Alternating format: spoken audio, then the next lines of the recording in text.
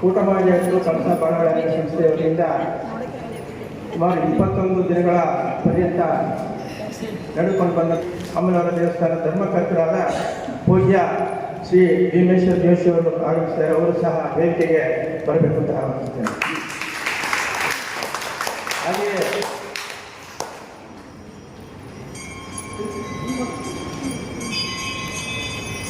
ಹಾಗೆಯೇ ಇನ್ನೋರ್ವ ಮುಖ್ಯ ಅತಿಥಿಯಾದಂಥವರು ಶ್ರೀಯುತ PD ಕೃಷ್ಣಮೂರ್ತಿ ಅವರು ಸಾಲಿಗ್ರಾಮ ಗುರುವೈಷ್ಣವ ದೇವಸ್ಥಾನದ ಆಡಳಿತ ಮಂಡಳಿಯ ಸದಸ್ಯರು. ಅವರು ಸಹ ವೇದಿಕೆಗೆ ಆಗಮಿಸಬೇಕು ಅಂತ ಕೇಳ್ಕೊಳ್ತೇನೆ.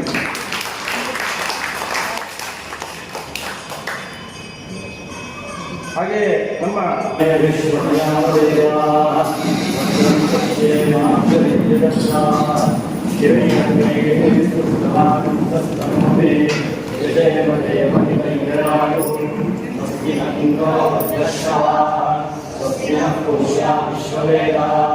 ಸ್ವಸ್ತಿ ನಸ್ಸಾಶ್ಯೋ ಅರಿಷ್ಟನೇಮಿ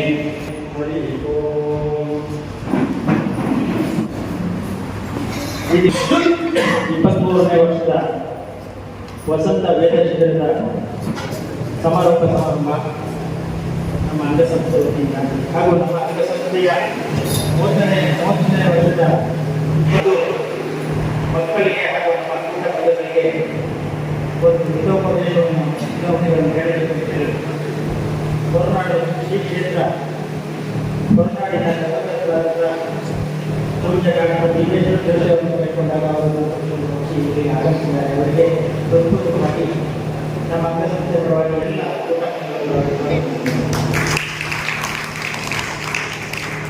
ಹಾಗೆಯೇ ಈ ಸಭೆಗೆ ನಮ್ಮ 14 ಅಂಗಸಂಸ್ಥೆಗಳ ಪ್ರತಿನಿಧಿಯಾಗಿ ಶ್ರೀ ಗುರುನರಸಿಂಹ ದೇವಸ್ಥಾನದ ಧರ್ಮದರ್ಶಿಯಾಗಿ ತೀರ್ಥಹಳ್ಳಿಯ ರಾಮಕೃಷ್ಣಪುರದ ತೀರ್ಥಹಳ್ಳಿ ಕೃಷ್ಣಮೂರ್ತಿಯವರು ಆಯ್ಕೆಯಾಗಿದ್ದಾರೆ. ಅವರು ಈ ಚಿತ್ರದ ಸಮಾರೋಪಕ್ಕೆ ಮಕ್ಕಳನ್ನು ಕಳುಹಿಸಿ 21 ದಿನಗಳ ಸುದೀರ್ಘ ಒಂದು ಸಹಕರಿಸಿದಂಥ ಎಲ್ಲ ಪೋಷಕ ವರ್ಗದವರಿಗೆ ತಮಗೆಲ್ಲರಿಗೂ ಬಯಸ್ತೇನೆ.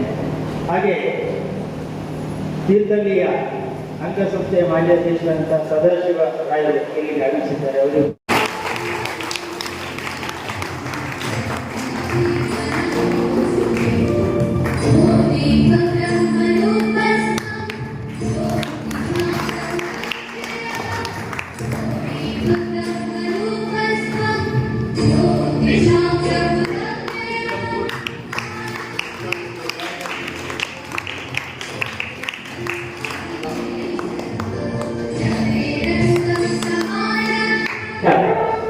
ಸಭಾ ಮುಖ್ಯಸ್ಥ ವೇದಿಕೆ ಮೇಲೆ ಉಪಸ್ಥಿತರಿರುವಂತಹ ಮುಖ್ಯ ಅತಿಥಿ ಅಧ್ಯಕ್ಷರಾಗಿ ಎಲ್ಲ ಗಣ್ಯರು ಹಾಗೂ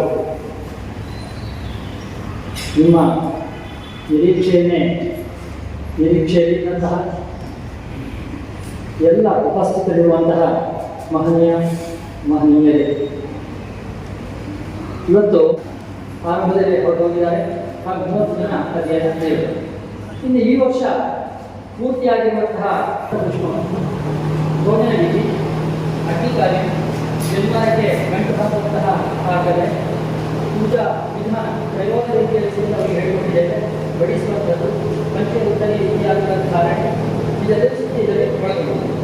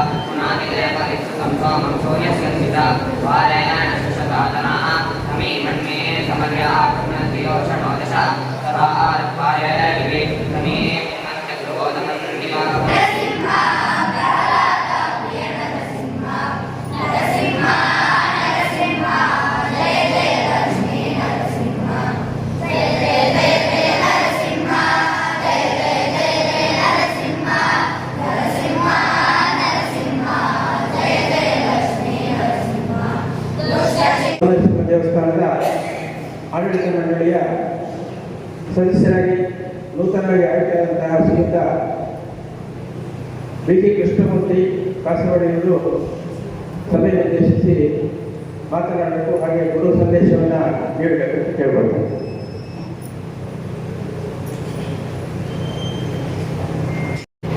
ಓಂ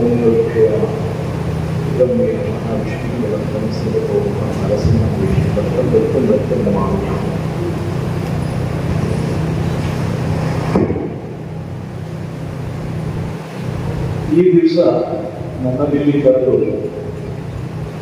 ಅತಿಥಿಯಾಗಿ ಕರೆಯುವುದಿಲ್ಲ, ತೋರಿಸಿಲ್ಲ. ಇದೊಂದು ನನಗೆ ಒಂಥರ ಸಂತೋಷದ ವಿಚಾರ. ಯಾಕೆ ಅಂದರೆ ಎರಡು ಮಾತುಗಳನ್ನು ಗುರುತಿಸ್ಕೊಳ್ತೇನೆ. ಏನಂದರೆ ಈ ವೇದ ಶಿಬಿರ, ವಸಂತ ಶಿಬಿರ ನಡೆಯುವಂಥದ್ದು ಬಹಳ ಒಳ್ಳೆಯದು. ಯಾಕೆ ಅಂದರೆ ಶ್ರೀಯುತರು ಮುಂದಿನ ಆಸನವನ್ನು ಸ್ವೀಕರಿಸಬೇಕು.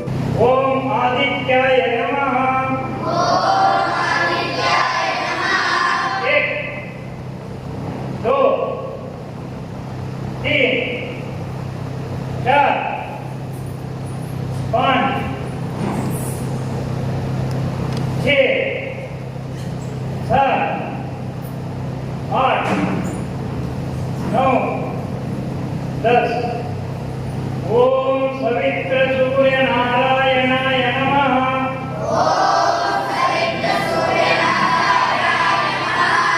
एक, दो, तीन, चार, पाँच, छः, सात, आठ, नौ, 10 बीच गिरा।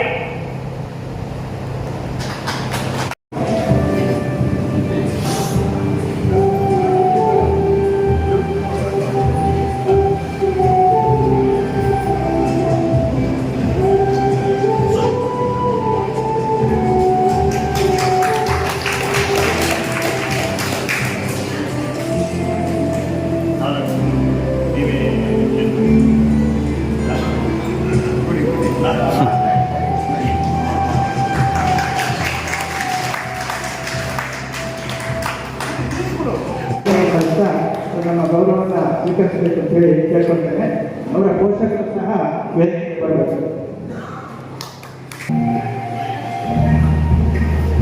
99 ಅಂಕಗಳನ್ನು ಗಳಿಸಿದರೆ ಕಾಮರ್ಸ್ ವಿಭಾಗದಲ್ಲಿ ತುಂಬ ಕಷ್ಟಕರವಾದದ್ದು. ವಿಜ್ಞಾನ ವಿಭಾಗದಲ್ಲಿ ಅಂಕಗಳನ್ನು ಪಡೆಯುವುದು ಸುಲಭ, ಆದರೆ ವಾಣಿಜ್ಯ ವಿಭಾಗದಲ್ಲಿ ತುಂಬ ಕಷ್ಟ ಇರೋದ್ರಿಂದ ಇನ್ನೊಂದು ದೊಡ್ಡ ಸಾಧನೆ ಅಂತ ಹೇಳ್ಬೋದು.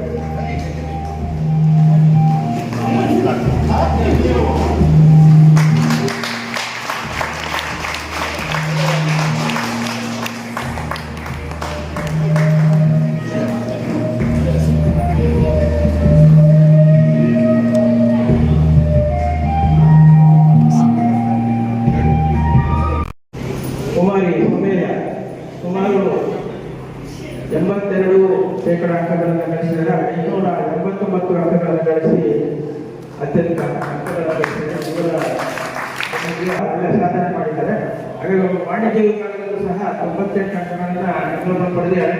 ಹಾಗಾಗಿ 99 ಅಂಕಗಳಂತ ಇವರಿಗೆ ಪ್ರಥಮ ಸ್ಥಾನವನ್ನು ನೀಡಿದ್ದಾರೆ. ಹಾಗಾಗಿ ಅವರ ಮೇಲೆ ಇಬ್ಬರು ಒಳ್ಳೆ ಸಾಧನೆಯನ್ನ ಮಾಡಿದ್ದಾರೆ. ಶಿಕ್ಷಕರಿಗೆ ಒಂದು ಗೌರವ ಸಮರ್ಪಣೆ.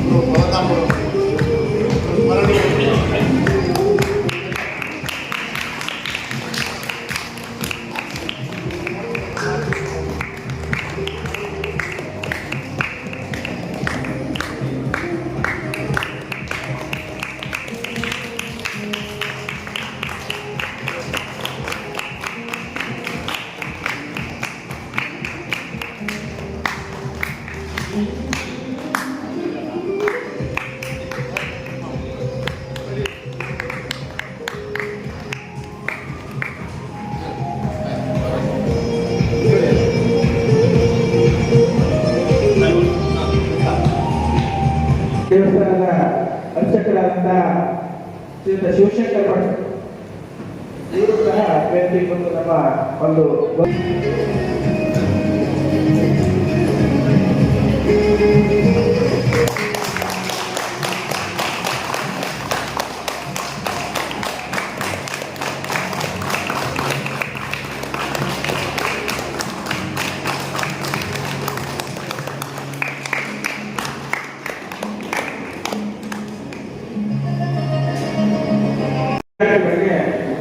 ಇವತ್ತು ಪ್ರಶಸ್ತಿ ಪತ್ರ ವಿತರಣೆ, ಹಾಗೆಯೇ ಹೊರನಾಡು ಶ್ರೀ ಕ್ಷೇತ್ರ ಹೊರನಾಡಿನ ಧರ್ಮಕರ್ತರು ನೀಡುವಂತಹ ಒಂದು ಪಂಚೆ ಮತ್ತು ಶಲ್ಯ ವಿತರಣಾ ಕಾರ್ಯಕ್ರಮವನ್ನು ಶ್ರೀಯುತ ಧರ್ಮಕರ್ತರ ಶ್ರೀ ಭೀಮೇಶ್ವರ ಜೋಶಿ ಅವರು ನಡೆಸಿಕೊಡ್ಬೇಕು ಅಂತ ಕೇಳ್ಕೊಳ್ತಾರೆ.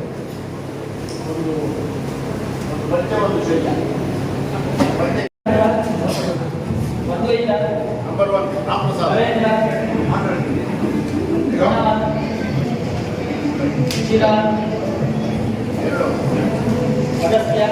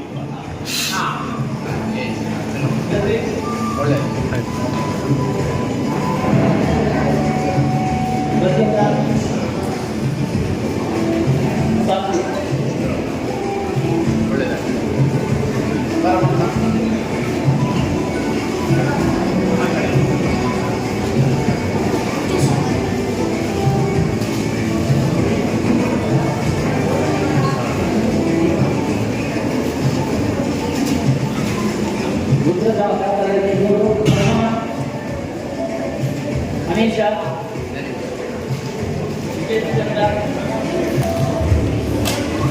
ವಾಲ್ಮೀಕಿ, ತನ್ವಿ, ಅಕ್ಷಯ,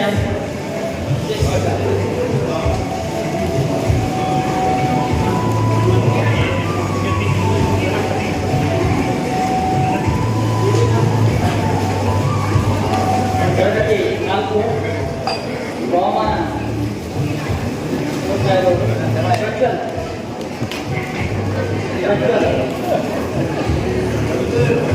ನಂದನ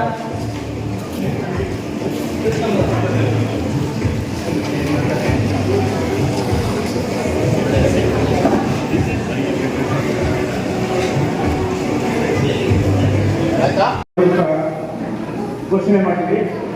ಹಾಗಾಗಿ ಪ್ರಣವ್ ಪ್ರಸಾದ್ ಹರಿಪ್ರಸಾದ್ ಪತ್ರಿಕತೆ ಇವರ ಪುತ್ರ, ಇವನು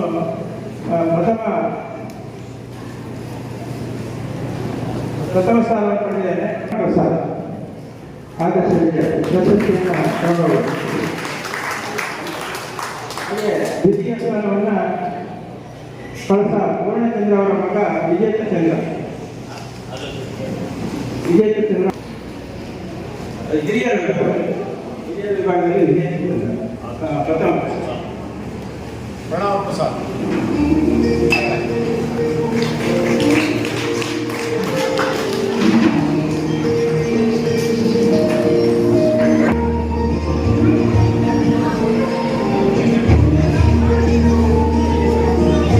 ಹಾಗೆ ಶಿಬಿರದಲ್ಲಿ ಪಡೆದಂತಹ ಅನುಭವವನ್ನು ವಿದ್ಯಾರ್ಥಿಗಳು ಹಂಚಿಕೊಳ್ಬೇಕು. ಅದರಲ್ಲಿ ಭೋಜನ್ ವಾಕಿಂದ್ರಣ ವಾಯಂ ಯೋಗಾನಂದಂ ಜಗದ್ಗುರು ವೇದಿಕೆಯಲ್ಲಿ ಉಪಸ್ಥಾನವಿರುವ ಗಣ್ಯರೇ, ಗುರುಗಳೇ ಹಾಗೂ ನನ್ನ ಮೆಚ್ಚಿನ ಸ್ನೇಹಿತರೆ, ಈ 21 ದಿವಸಗಳ ವಸಂತ ವೇದ ಶಿಬಿರದಲ್ಲಿ ತುಂಬ ಒಳ್ಳೆಯ ವಿಷಯಗಳನ್ನು ಹಾಗೂ ಒಳ್ಳೆಯ ಗುಣಗಳನ್ನು ಕಲಿತುಕೊಂಡಿದ್ದೇವೆ.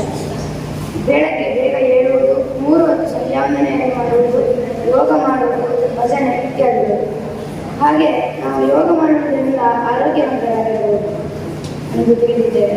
ಹಾಗೆ ನಮಗೆ ಗುರುಗಳು ಪಾಠ ಮಾಡುವಾಗ ಅದರ ಅರ್ಥವನ್ನು ಸಹ ತುಂಬ ಚೆನ್ನಾಗಿ ತಿಳಿಸುತ್ತಿದ್ದರು. ವಿಷ್ಣು ಸಹಸ್ರನಾಮವನ್ನು ಸಹ ಹೇಳಿಕೊಡುತ್ತಿದ್ದರು. ಹಾಗೆ ಭಜನೆಯನ್ನು ಹೇಳುವುದರಿಂದ ಸುಮಾರು ಹಾಡುಗಳನ್ನು ಸಹ ಕಲಿತುಕೊಂಡಿದ್ದೇವೆ. ನಾನು ಮುಂದಿನ ವರ್ಷ ಸಹ ಪ್ರತಿನಿತ್ಯ ಅನುಸಂಧಾನ ಮಾಡುತ್ತೇನೆ ಎಂದು ಹೇಳುತ್ತಾ ನನ್ನ ಅನಿಸಿಕೆ ತಿಳಿಸಿದ್ದೇನೆ.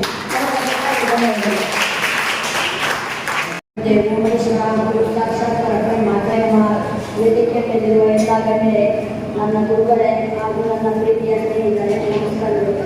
ನಾವು ಈ ವಸಂತ ವೇದ ಶಿಬಿರದಲ್ಲಿ 21 ದಿನ ಕಾಲ ಕಳೆದಿದ್ದೀವಿ. ನಾವು 30 ವಿದ್ಯಾರ್ಥಿಗಳ ಒಟ್ಟಿಗೆ ಇದ್ದು 4:30ಕ್ಕೆ ಎಲ್ಲರೂ ಎದ್ದು ಮೊದಲು ಸ್ನಾನ ಮಾಡಿ ನಂತರ ಸಂಧ್ಯಾವಂದನೆ ಮುಗಿಸಿ ಯೋಗ ಮಾಡಿ ತಿಂದು ಎಲ್ಲರೂ ಅವರವರ ತರಗತಿಗೆ ಪಾಠಕ್ಕೆ ಹೋಗಬೇಕು. ಶ್ರೀಕಾಂತ್ ಅವರಿಗೆ ಅಂಗಸಂಸ್ಥೆ ಪರವಾಗಿ ಧನ್ಯವಾದಗಳು. ಹಾಗೆಯೇ ಶ್ರೀಯುತ ಎಂ.ಆರ್. ಪದ್ಮನಾಭ ಸಂಪಿಗೆ ಹೇಗೂರು ಇವರು ಈಗಾಗಲೇ 25,000 ನಮ್ಮ ಖಾತೆಗೆ ವರ್ಗಾಯಿಸಿದ್ದಾರೆ. ಇವರು ಸಹ ಶಾಶ್ವತ ನಿಧಿಗೆ ಸಹಕಾರ ಕೊಟ್ಟಿದ್ದಾರೆ. ಇವರು ಸಹ ಧನ್ಯವಾದಗಳನ್ನು ಅರ್ಪಿಸ್ತಾರೆ.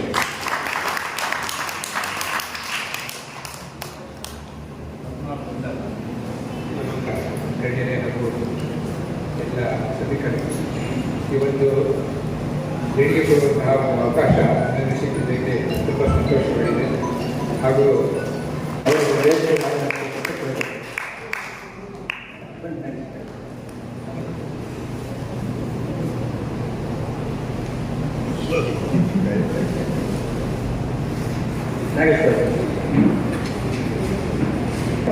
ಹಾಗೆ ಈಗ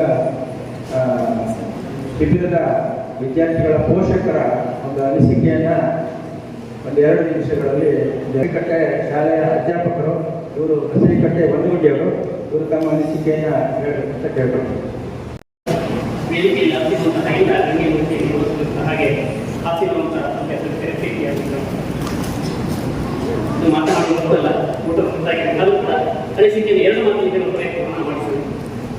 ನಮಗೆ ಕಳೆದ ವರ್ಷ ಏನಾಗಿತ್ತು, ಬೇರೆ ಶಿಬಿರಕ್ಕೆ ಕಳಿಸಬೇಕು ಈ ವರ್ಷ ಅಂತ ಯೋಚನೆ ಮಾಡಿದಾಗ ಕೊಪ್ಪ ಶೃಂಗೇರಿ ಎಲ್ಲ ಆಗತ್ತೆ ಗೊತ್ತಿತ್ತು. ಕಡೆಗೆ ಇಲ್ಲಿ ಆಗ್ತಾ ಇರೋದ್ರಿಂದ ಗಣೇಶ್ ನನಗೆ ಗೊತ್ತಾಯ್ತು. ಅದರಿಂದ ಹತ್ತಿರದಲ್ಲಿರೋದ್ರಿಂದ ಮತ್ತೆ ಸುಮಾರು 14 ವರ್ಷಗಳಿಂದ ಶಿಬಿರ ನಡೀತಾ ಇದೆ. ತುಂಬಾ ಚೆನ್ನಾಗಿ ನಡೀತಾ ಇರೋದು ಅಭಿಪ್ರಾಯ. ಹಾಗಾಗಿ ಇಲ್ಲಿ ಕೆಲಸ ಆಲೋಚನೆ ಮಾಡಿದೆ, ಅಲ್ಲಿ ಕರ್ಕೊಂಡೆ ಬಂದೇ ಗೊತ್ತಾಯ್ತು. ಇಲ್ಲಿ ಅಧ್ಯಾಪಕರು ಶಿವರಾಮ್ ಪಂಡಿತರು ಒಂದು 16 ವರ್ಷಗಳಿಂದ ನಮ್ಮ ಶಾಲೆಯಲ್ಲೂ ಕೂಡ ಅವರು ಅಧ್ಯಾಪನ ಮಾಡಿದ್ರು. ಅದನ್ನು ಸಮರ್ಪಿಸ್ತಾ ನನಗೊಂದು ತುಂಬ ದೊಡ್ಡ ಜವಾಬ್ದಾರಿ ಕೊಡ್ತಕ್ಕಂಥ ಉಭಯರಿಗೆ ನಮಸ್ಕರಿಸ್ತಾ ಅತಿ ಹೆಚ್ಚು ನಮ್ಮ ಜೀವನದಲ್ಲಿ ಬೇಕಾದಂಥ ಈ ಒಂದು ಸಂಸ್ಕಾರವನ್ನು ಹೇಳ್ಕೊಟ್ಟಂಥ ಗುರುವರಿಯರಿಗೂ, ಹಾಗೆ ಇನ್ನು ಮುಂದೆ ನಾವು ಹೇಗೆ ನಡೆಯಬೇಕು, ಹೇಗೆ ಬಾಳಬೇಕು, ನನ್ನ ಮಕ್ಕಳನ್ನು ಹೇಗೆ ನಡ್ಕೊಂಡು ಹೋಗಬೇಕು ಎಂಬುದರ ಬಗ್ಗೆ ಶ್ರೀಯುತ ಪೂಜ್ಯ ಶ್ರೀ ಭೀಮೇಶ್ವರ ಜೋಶಿಯವರಿಂದ ಹಿತನುಡಿಯನ್ನು ಹೇಳಬೇಕು ಅಂತ ಕೇಳಬೇಕು. ಸದಾಶಿವ ಸ್ಮಾರಕ ಶಂಕರಾಚಾರ್ಯ ಕ್ರಮ ಅಸ್ಮದ ಆಚಾರ್ಯ ಪರ್ಯಂತ ಒಂದೇ ಗುರು ಪರಂಪರಾ ಅನ್ನಪೂರ್ಣೆ ಸದಾಪೂರ್ಣೆ ಶಂಕರ ಪ್ರಾಣವಲ್ಲವೇ ನಾನು ವೈರಾಗ್ಯ ಸಿದ್ಧಾರ್ಥಂ ಭಿಕ್ಷಾಂ ದೇವಿ ಕಪಾಲು. ಜಗದ್ಗುರುವಿಗೆ ಆರಾಧ್ಯ ದೇವತೆಗೆ ಕ್ಷೇತ್ರಾದಿ ಸಪರಿವಾರ ಚನ್ನಕೇಶ್ವರ ಸ್ವಾಮಿಗೆ ಜ್ಞಾನದೇವತೆ ಆಗಿರ್ತಕ್ಕಂಥ ಸರಸ್ವತಿಗೆ ಮನಸ್ಸ ಮನೆಗಳನ್ನು ಸಮರ್ಪಣೆಯನ್ನು ಮಾಡಿಕೊಂಡಿದ್ದೇವೆ. ಕೂಟ ಮಹಾಜನರು ಸಾಲಿಗ್ರಾಮ ಇದರ ಅಂಗಸಂಸ್ಥೆ ಆಗಿರ್ತಕ್ಕಂಥ ಪರಸಾಮಕ ಮಾಳವಲಯ ಹಮ್ಮಿಕೊಂಡ 23ನೇ ವರ್ಷದ ವಸಂತ ವೇದ ಶಿಬಿರ ಮತ್ತು 31ನೇ ವರ್ಷದ ಸರ್ವ ಸದಸ್ಯರ ಸಭೆಯ ಸಮಾರೋಪ ಸಮಾರಂಭದಲ್ಲಿ ವೇದಿಕೆಯಲ್ಲಿ ಆಸಕ್ತರಾಗಿರ್ತಕ್ಕಂಥ ಸಂಸ್ಥೆಯ ಅಧ್ಯಕ್ಷರು ಮತ್ತು ಸಮಾರಂಭದ ಅಧ್ಯಕ್ಷರಾಗಿರ್ತಕ್ಕಂಥ ಗೌರವಾನ್ವಿತ ಕೆ ಬಾಲಕೃಷ್ಣರವರೇ, ಅದೇ ರೀತಿಯಾಗಿ ಮುಖ್ಯ ಅತಿಥಿಗಳಾಗಿ ಕಾರ್ಯಕ್ರಮದಲ್ಲಿ ಭಾಗವಹಿಸಿ ನಮ್ಮ ಅಂತರಂಗದ ಭಾವನೆಗಳನ್ನು ಹಂಚಿಕೊಂಡಂಥ ರಾಮಕೃಷ್ಣಪುರದ ಬಿ.ಜಿ. ಕೃಷ್ಣಮೂರ್ತಿಯವರೇ,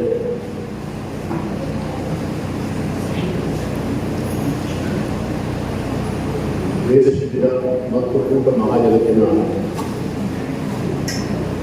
ಕಾರ್ಯದರ್ಶಿಯಾಗಿರ್ತಕ್ಕಂಥ ರಾಘವರೇ, ವೇದಿಕೆ ಮೇಲೆ ಉಪಸ್ಥಿತಕ್ಕಂಥ ಎಲ್ಲ ಆಪ್ತ ಗಣ್ಯರೇ, ಉಪಸ್ಥಿತಕ್ಕಂಥ ಸಮಾಜ ಬಾಂಧವರೇ, ವಿದ್ಯಾರ್ಥಿಗಳೇ,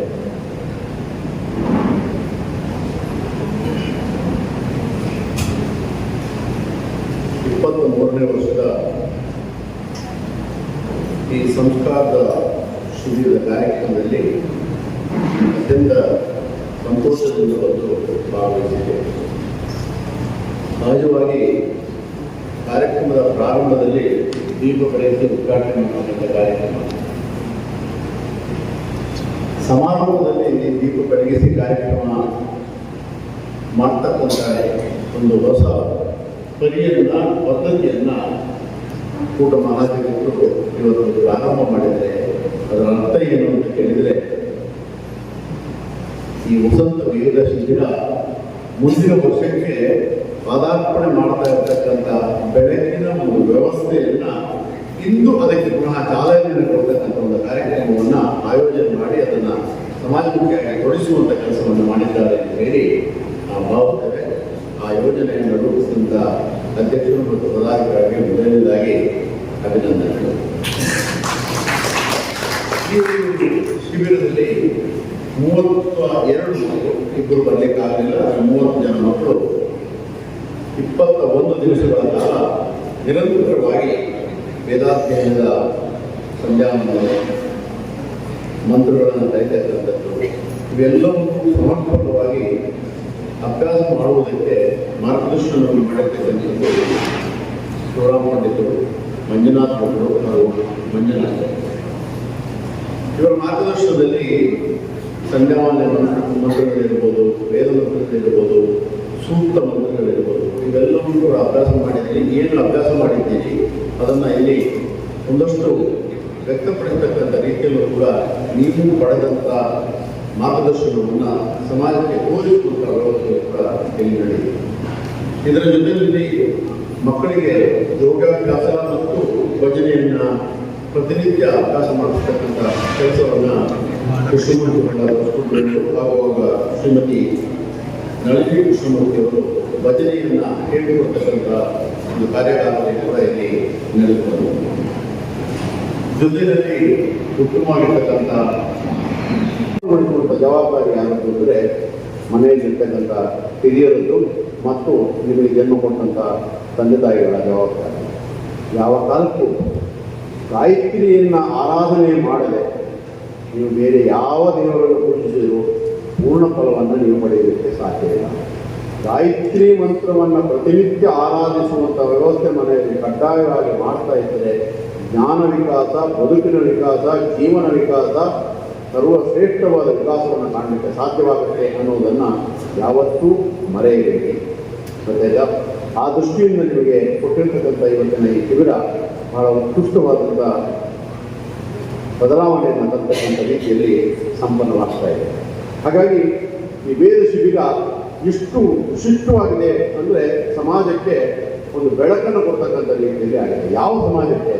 ನಮಗೆ ನಾವು ಬೆಳಕನ್ನು ತೋರಿಸ್ಕೊಡ್ತಕ್ಕಂಥದ್ದು. ಅದರ ಅರ್ಥ ಏನು ಅಂದರೆ ನಮ್ಮ ಒಳಗಿನ ಕತ್ತಲಿರ್ತಕ್ಕಂಥ ಅಜ್ಞಾನದ ಏನು ಕತ್ತಲೆ ಇದೆ ಅದನ್ನು ಹೋಗಲಾಡಿಸುವುದಕ್ಕೆ ಈ ಒಂದು ವೇದ ಶಿಬಿರದ ಬೆಳಕು ಒಳಗೆ ದೈದೀಪ್ಯಮಾನವಾಗಿ ಬೆಳಗುವುದು ಅಂತಕ್ಕಂಥ ಕೆಲಸದಲ್ಲಿ ನಮ್ಮನ್ನು ನಾವು ನಿರ್ವಹಿಸಿಕೊಳ್ತಕ್ಕಂಥದ್ದು, ಅದನ್ನು ಜೋಡಿಸಿಕೊಳ್ತಕ್ಕಂಥದ್ದು ಬಹಳ ಮುಖ್ಯವಾಗಿ ಆಗಬೇಕಾಗ್ತಕ್ಕಂಥದ್ದು.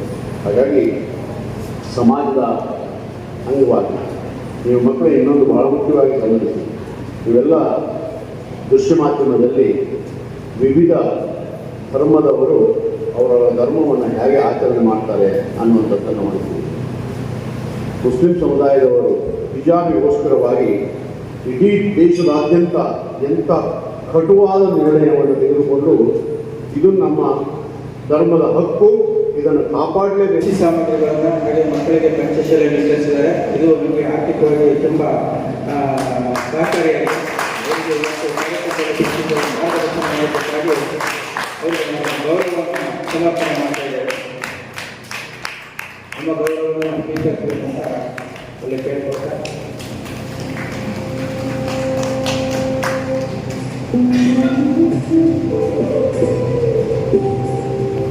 ಹಾಗೆ ಇವತ್ತು ಸದಾಶಿವ ಮಂತ್ರಗೋಡಿಯವರು, ಇವರು ತೀರ್ಥಹಳ್ಳಿ ಅಂಗಸಂಸ್ಥೆಯ ಮಾಜಿ ಅಧ್ಯಕ್ಷರು. ಇವರ ಅವಧಿಯಲ್ಲಿ ಕಳೆದ ವರ್ಷ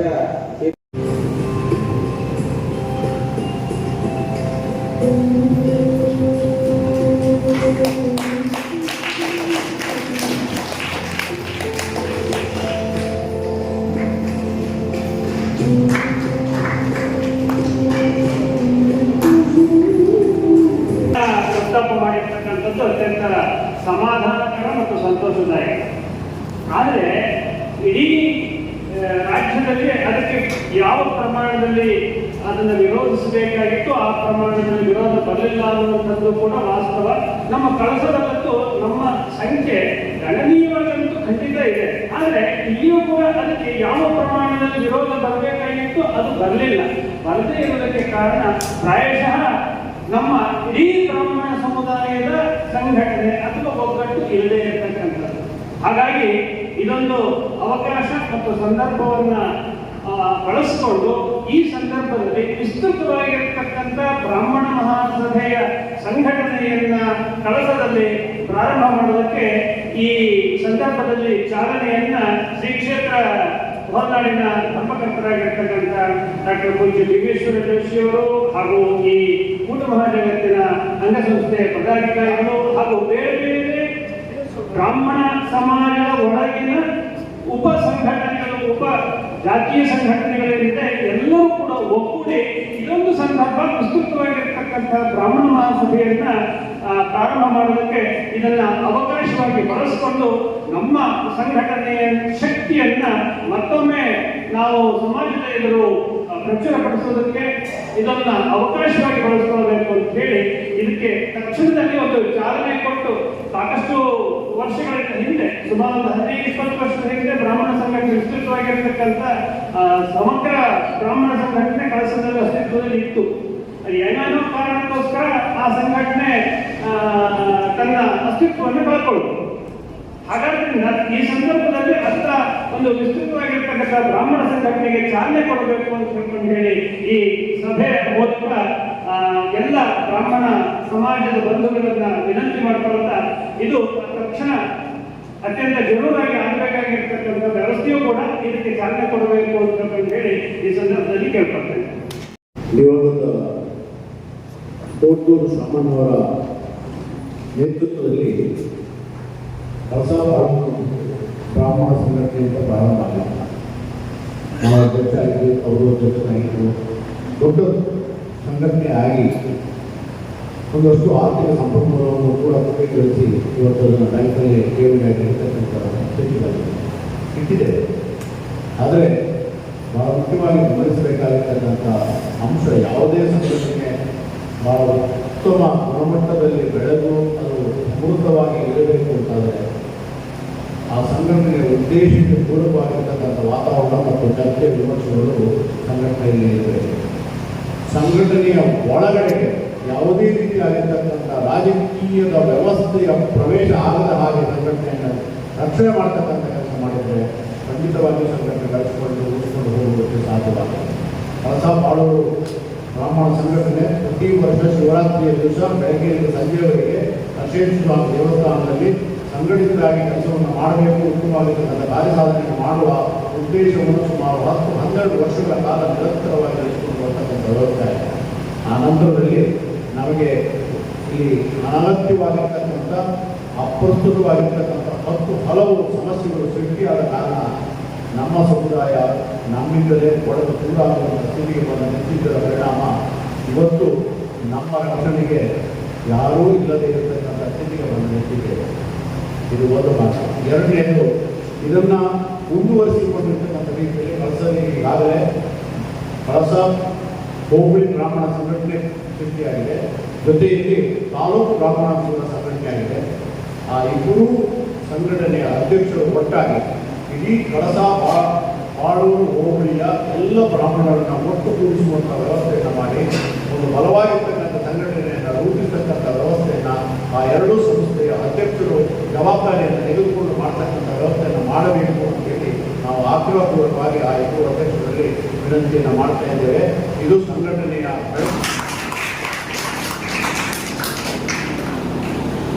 ಮತ್ತೆ ಈ ಕಾರ್ಯಕ್ರಮಕ್ಕೆ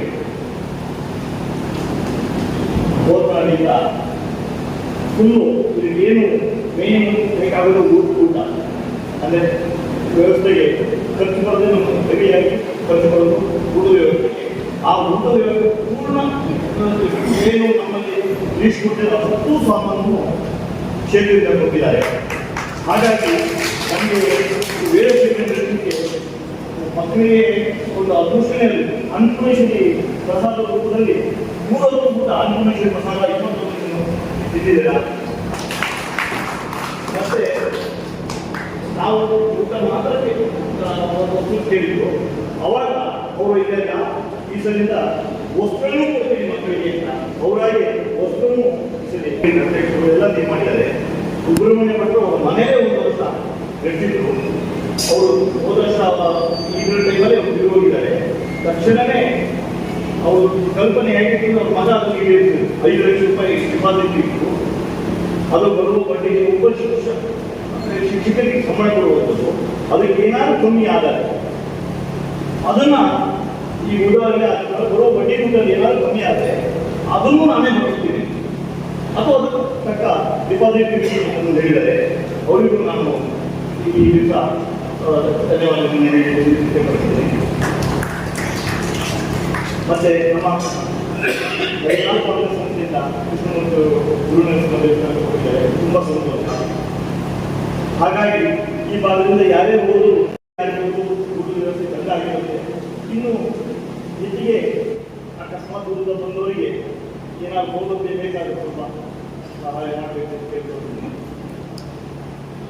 ಪ್ರತಿಯೊಂದು ಈ ಕಾರ್ಯಕ್ರಮಕ್ಕೂ ರಾಜ್ಯ ಫೋನಲ್ಲೇ ಹೊಂದಿದ್ದೀರಾ.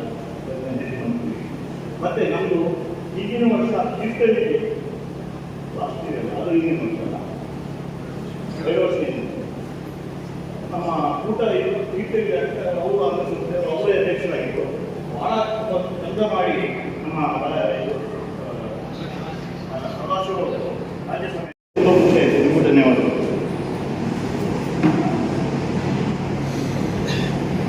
ಈ ವರ್ಷ ಅವರಿಗೆ ಮನೆಯಲ್ಲೇ ಬಿಟ್ಟು 2 ತಿಂಗಳು ಹಾಗಾಗಿ ಸ್ವಲ್ಪ ಕಲೆಕ್ಷನ್ ಮಾಡಲಿಕ್ಕಾಗಿಲ್ಲ, ಅದೇ ಬೇಜಾರಿದೆ ಅವರಿಗೆ. ಅಂಥದ್ದೊಂದು ಇಂಥದ್ದೊಂದೆಲ್ಲ ವ್ಯವಸ್ಥೆ ಮಾಡಿದ್ರು. ಮತ್ತು ಮಕ್ಕಳಿಗೆಲ್ಲ ಅದು ಅಲ್ಲಿಂದ ಬರುವುದು ವ್ಯವಸ್ಥೆ ಎಲ್ಲ ವ್ಯವಸ್ಥೆ ಮಾಡಿದ್ದಾರೆ. ಜೊತೆಗೆ 1,72,000 ರೂಪಾಯಿಯನ್ನು ವಿಲೇಜ್ ಫೌಂಡೇಶನ್ ವ್ಯವಸ್ಥೆ ಎಲ್ಲ ಆಗಿದೆ. ರಾಜಶೇಖರವರಿಗೂ ಧನ್ಯವಾದಗಳು ಹೇಳ್ತೀನಿ.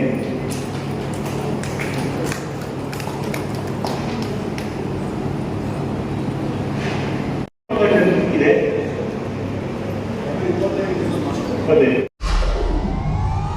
ವಿಡಿಯೋ ನೋಡಿದ್ದಕ್ಕೆ ಧನ್ಯವಾದಗಳು. ಮುಂದಿನ ವಿಡಿಯೋದಲ್ಲಿ ಸಿಗೋಣ. ಕ್ಷಣ ಕ್ಷಣದ ಸುದ್ದಿಗಾಗಿ ವೀಕ್ಷಿಸಿ ನ್ಯೂಸ್ ಕರ್ನಾಟಕ, ಸದಾ ನಿಮ್ಮ ಜೊತೆ.